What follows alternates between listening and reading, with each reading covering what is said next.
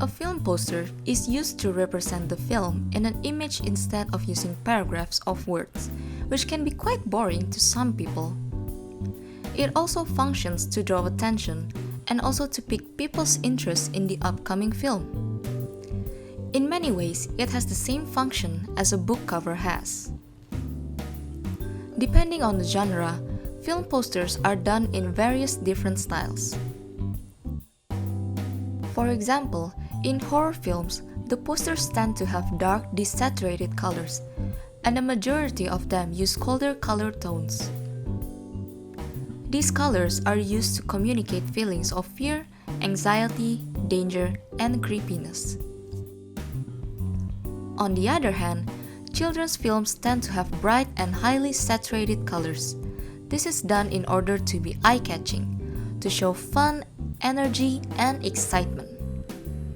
Aside from the genre, film posters are also done differently depending on the time period.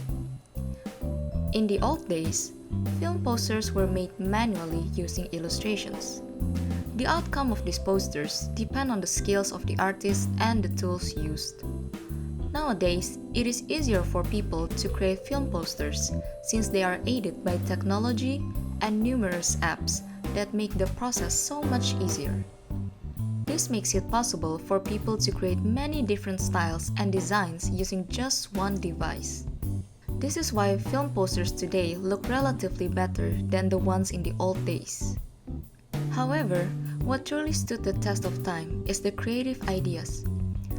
Tools and technology will improve, but what truly makes a difference is the strong idea that can communicate with its intended audience.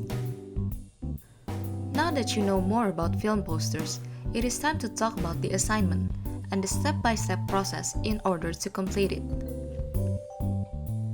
Firstly, pick a few films. It could be any film from any genre that you want. It is highly recommended, however, that you pick one that you are familiar with, or better yet, love, since it will make the next steps easier. After picking the films, figure out its main message or point, as this will be the thing that needs to be shown on the film poster.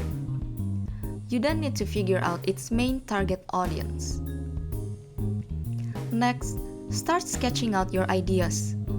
The amount of sketches you want to make are not limited, but it is recommended to make at least 3, so that you can decide which sketch seems like the best idea to continue and develop. Composition plays a vital role in making interesting film posters that communicate well and look good in terms of aesthetics. They are what guides our eyes through the poster. It can emphasize the important parts by making them stand out more using supporting elements in the poster. There are numerous compositions that can be used for making film posters.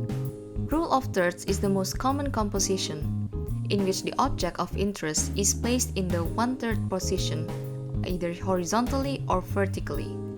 Triangle composition is when the lines are placed in a way that makes our eyes automatically move toward the top of the triangular composition. It is an energetic and dynamic shape, often associated with direction and motion. Circular composition is often used to make our eyes first focus on the main element of the composition, then move outwards to notice other elements, before finally returning to the main element. Radial composition is when the elements are placed in a way that makes it look like everything radiates from a center point, but at the same time also leads back to that center. This gives a strong emphasis on the center point. Illustration aside, don't forget to add the text elements in the poster. Sketch out where you want to place the film title, actor names, and date in the poster.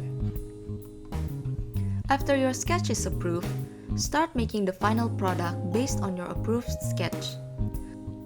It could be vector art, digital painting, or even cel shading, as long as it fits the films of your choice.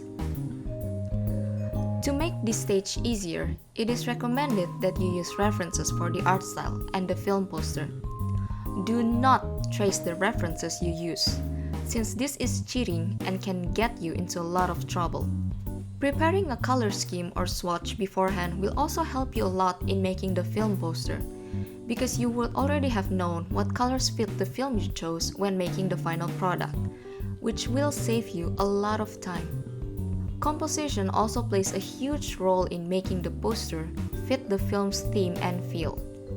So as shown in the previous examples, try to use compositions to further communicate what the film is about.